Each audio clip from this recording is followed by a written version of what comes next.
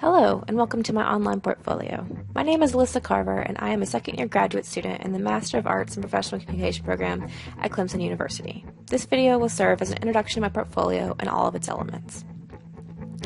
As a second-year MAPC student, I was asked to create an online portfolio to showcase the 6 competencies the program requires students to demonstrate in order to graduate.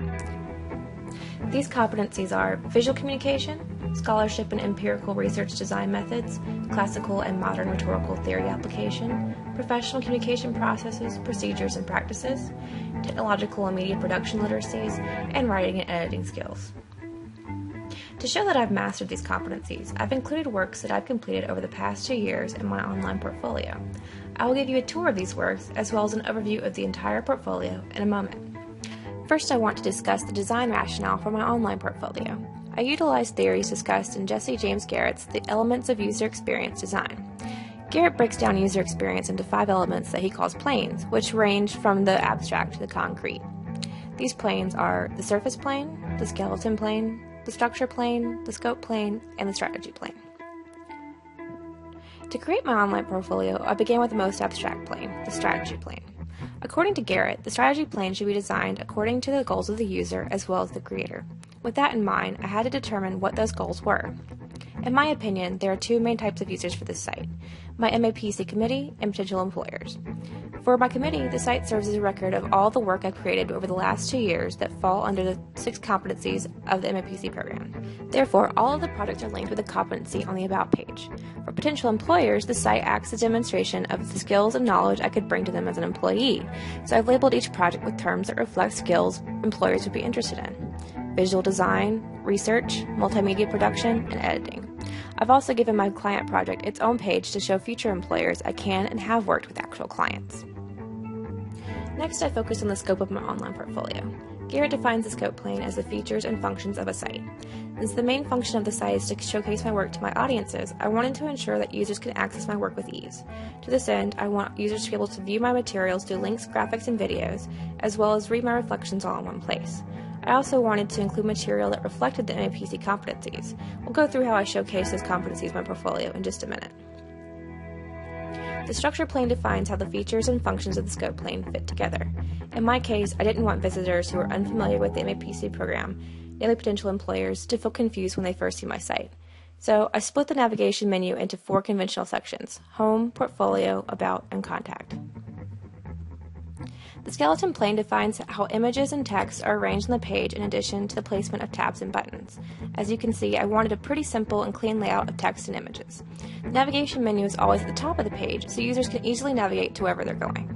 The layout of the portfolio pages are also all consistent, with links, graphics, and videos located on the left-hand side of the page, and the text located in tabs on the right-hand side of the page. The surface plane covers what images and text a user views and interacts with when visiting the site.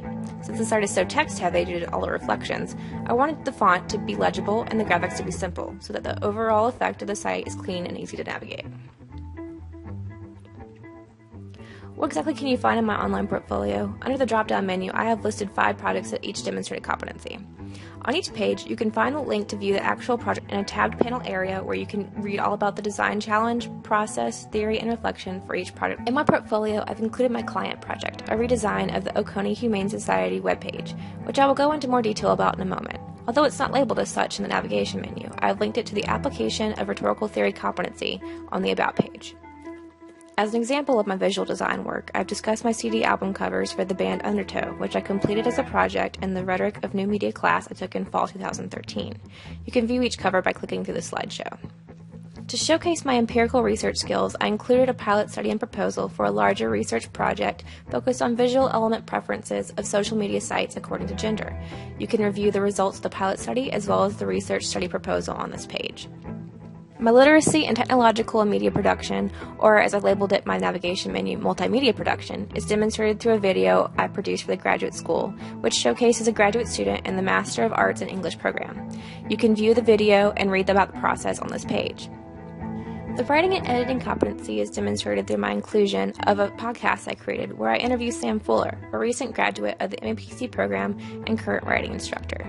You can listen to the final podcast and read the production and editing process in the reflection. Finally, let's discuss my client project.